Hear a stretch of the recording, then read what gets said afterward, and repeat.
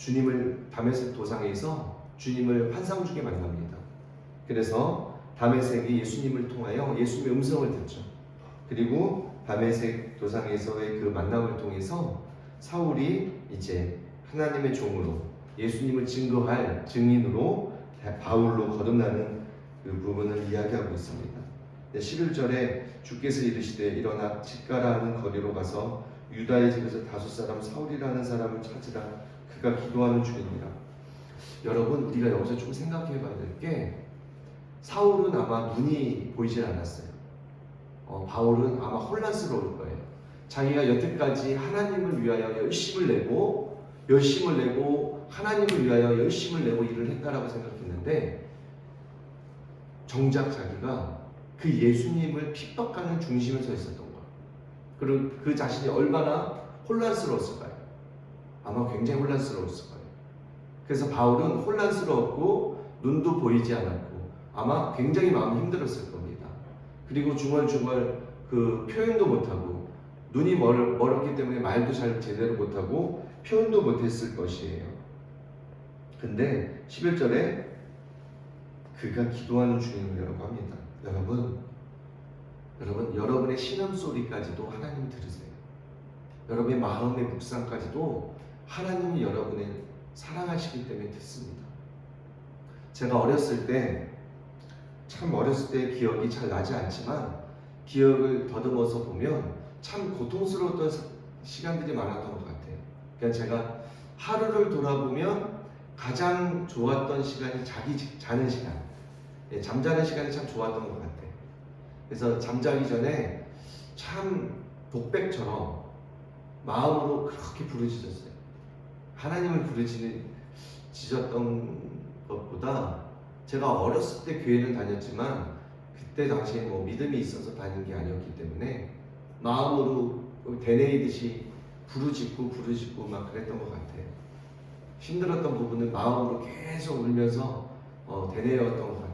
근데 나중에 시간이 지나서 보니까 하나님이 내가 그때 잠자려고 누워서 눈 감고 마음으로 부르짖고 독백처럼 마음으로 막 했던 그 마음의 소리를 주님은 들었더라. 하나님이 듣고 계셨더라. 그래서 제가 몇 년 시간이 지나서 하나님을 이제 인격적으로 예수님을 영접하고 하나님의 자녀로 거듭난 이후에 기도하는 가운데 그것을 생각나게 하더라고요. 어렸을 때 그 기억을 딱 떠오르게 하시면서 그때 어떤 제 마음속에 울림이 뭐냐면, 그때 내가 너를 홀로 주지 않았고 내가 그때도 너와 함께하고 있었다. 그때 얼마나 많이 울었는지 모르겠습니다. 하나님은 여러분의 마음의 소리, 마음의 묵상으로 신음하는 소리, 이러한 소리까지도 다 듣는다는 사실을 기억하시기 바랍니다. 여러분이 약할 그때, 여러분이 도움이 절실한 그때, 아무도 없는 것처럼 보이지만 가장 도움을 주실 수 있는, 실제적인 도움을 주시는 하나님이 여러분과 함께 있다는 그것을 믿음으로 보게 된다면 우리는 어떠한 문제와 어떠한 상황 속에서도 담대할 수 있는 것이죠. 왜요? 하나님이 그 순간에 내 약할 그때에 비로소 드러나기 때문에, 그래서 주님을 의지할 수 있기 때문에 우리는 더 담대할 수 있게 되는 것입니다. 아나니아를 통해서 예수님이 사울에게 안수합니다. 안수했더니 사울의 눈이 비늘 같은 게 벗겨지면서 다시 보게 됩니다. 그리고 사울이 이제 바울이 되어서 자기가 만난 예수님을 힘써 증인으로 증거합니다. 그때 예수님의 제자들도 바울이 변한 그 모습을 보고, 바울의 변한 예수님에 대하여 증거하는 것을 보고 믿게 되죠. 아, 정말 예수님 만났구나, 변했구나. 사랑하는 성도 여러분, 우리는 나중된 자가 먼저 된 자라는 이야기를 있습니다. 성서에, 성경에 보면 우리는 누가 어떻게 변할지 아무도 몰라요. 그래서 비록 현재의 모습은 전혀 예수님 믿지 않은 것 같이 보이고, 현재의 모습은 정말 이 사람은 하나님 믿지 않을 거야, 이 사람의 완악함, 이 사람의 완고함, 그렇게 보여도 이 사람이 어떻게 변할지 우리는 아무도 모릅니다. 그래서 우리는 끊임없이 사랑을 베풀어야 되고요. 끊임없이 하나님 앞에서 기도해야 된다. 사울이 변할 거라는 것은 아무도 예측을 못해요. 아무도 예측을 못해요. 왜냐하면 당대 가말리엘의 제자였고요. 그리고 하나님을 증거한다고 본인은 특심을 가지고 예수님을 박해했던 사람이에요. 그래서 예수님의 제자들은 이 사울만 보면 두려워했죠. 왜냐하면 너무 똑똑해. 그러면서 박해도 너무 열심히 하고 얼마나 두렵겠어요. 그래서 그가 변할 줄은 제자들은 아무도 몰랐어요. 근데 그러한 사울이 예수님을 만남으로 인해서 바울로 변하죠. 22절 한번 읽어볼까요? 시작. 사울은 힘을 더 얻어 예수를 그리스도라 증언하여 다메섹에 사는 유대인들을 당혹하게 하니라. 만드니라. 아멘. 22절에 사울을 힘을 더 얻어 예수를 그리스도라 증언하여 다메섹에 사는 유대인들을 당혹하게 하니라. 예수님을 그리스도라고 증언한다는 것은 뭐냐면 당시의 문화에서는요 하나님 한 분만 증언할 수밖에 없었어요. 근데 예수님이 그리스도라 증언한다는 것은 성경의 기록과 메시아가 예수님이다, 예수님은 그리스도다, 기름 부음 받은 자다, 하나님의 독생하신 아들이다라는 증거를 한다는 거예요. 그러면 종교관으로 꽉 들어찬 이 서기관과 바리새인들 정통이라고 불렸던 그 사람들은 받아들일 수 없는 이야기. 그것은 신성 모독과 같은, 마치 신성과 모독과 같은 이야기.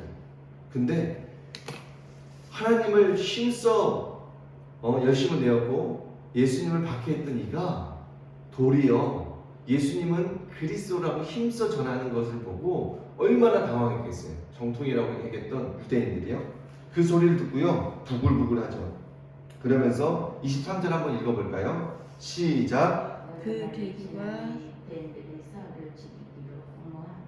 네, 그 말을 들은 정통이라고 작정했던 유대인들이요 사울 죽이기를 공모했대요.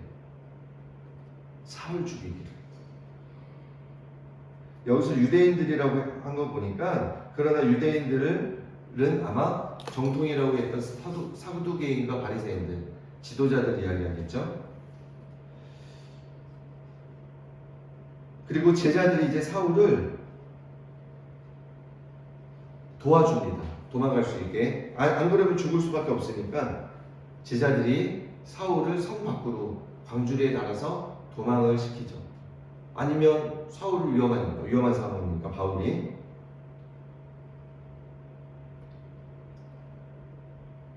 그러면서 이제 베드로에 대한 얘기가 나오죠. 베드로가 사방으로 두루다니며 룻다에 산 성도에게 내려갔다. 36절, 요바에 다비다라 하는 여제자가 있으니 그 이름을 번역하면 도루가라. 선행과 구제하는 일이 심히 많더라.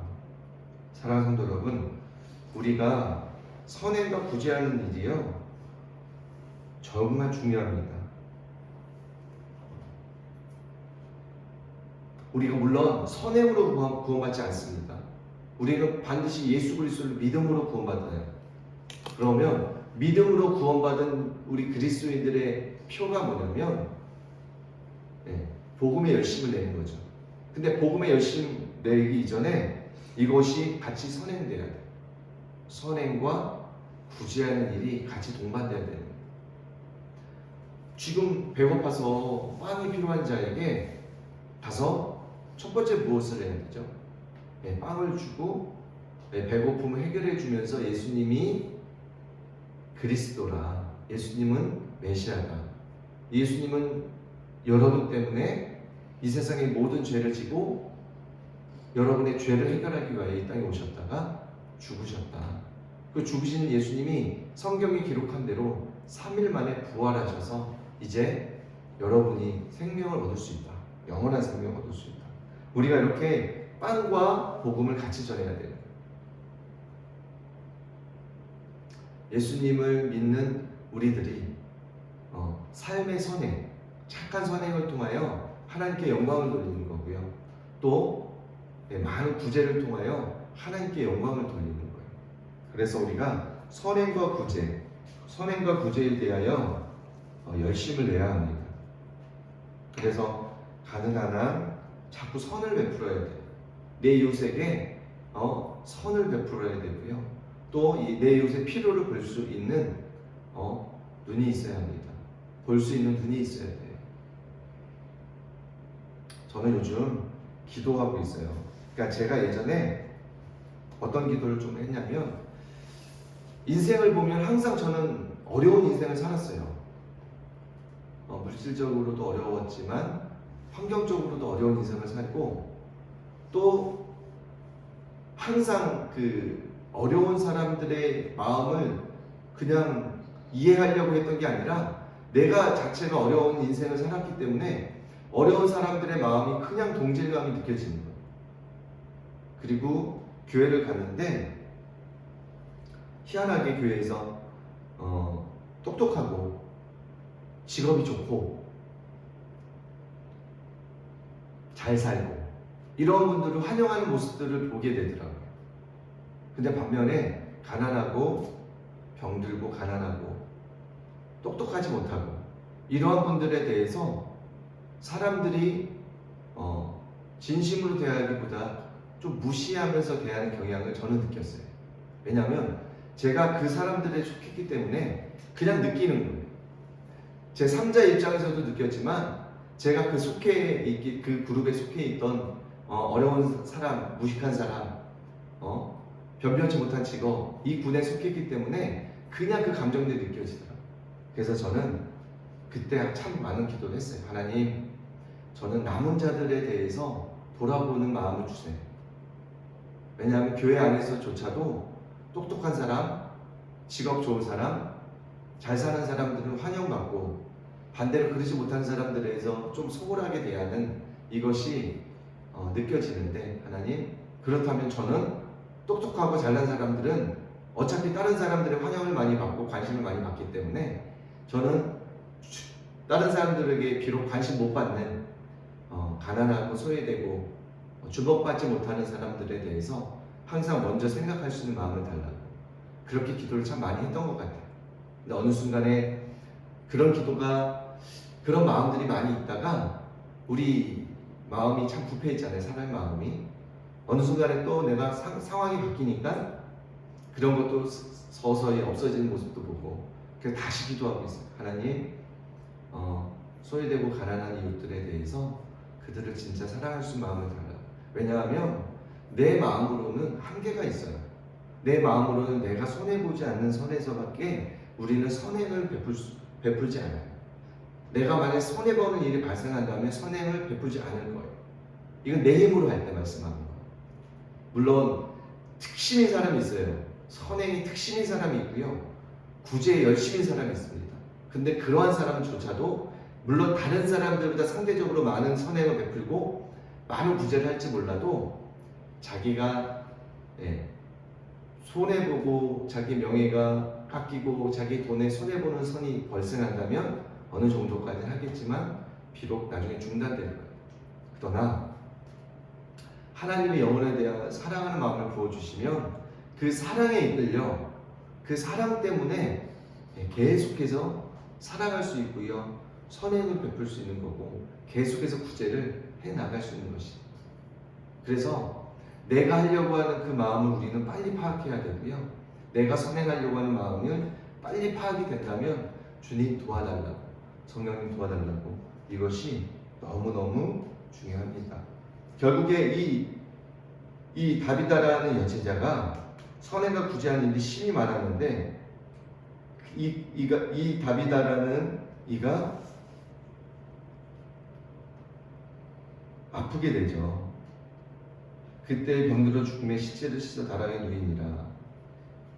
룻다가 욥바에 가까운지라 제자들 베드로가 거기 있음을 듣고 두 사람을 보내어 지체 말고 와달라고 간청하여 베드로가 일어나 그들과 함께 가서 이르매 그들이 데리고 다락방에 올라가니 모든 과부와 베드로가 곁에 서서 울며 도르가가 그들 앞에 있을 때에 지은 속옷과 겉옷을 다 보낸다. 다비다가 아픈 게 아니라 죽었네요. 다비다가 죽었는데 그런데 이 다비다라는 여제자는 선행과 구제하는 일이 너무 많아서 같은 처지에 있던 많은 과부들이요 너무 슬퍼했다는 거예요. 그래서 다비다가 이 죽은 사실을 어떻게 해서든 베드로에게 알려서 이 베드로를 통하여 주님이 이 다비다라는 여제자를 살려주실까 하는 믿음으로 베드로를 청한 거예요. 그랬더니 어때요? 베드로가 다비다야 일어나라 하니 그가 눈을 떠 베드로를 보고 일어났는지라. 기적이 발생합니다. 죽었던 이 다비다가요 일어나요. 살아나는 역사를 경험합니다. 여러분이 우연치 않게 베풀었던 선행, 여러분이 우연치 않게 작은 선행, 소자에게 물 한 잔 대접한 것도 성경은 잊지 않는다고 이야기합니다. 나는 우연치 않게 베풀었던 선행. 제가 이 간증하고 잠깐 마칠게요. 저희 할머니가 제가 태어나기 한참 전에 우리 아버지가 어릴 때 굉장히 잘 살았어요. 그때 당시에 염색소를 세탁소 대신으로 말하면 그때 염색소를 하면서 그때는 옷을 군복들을 다 염색을 통해서 군복이 나왔대요. 그걸 크게 몇 군데가 했다고 하더라고요. 그래서 참 그때는 유복하게 우리 집안이 잘 살아서 근데 저희 할머니가 베풀기를 좋아했어요. 작은 선행이죠. 하루는 베풀기를 좋아하다 보니까 주변에서 사람들이 항상 많이 이렇게 모이잖아요.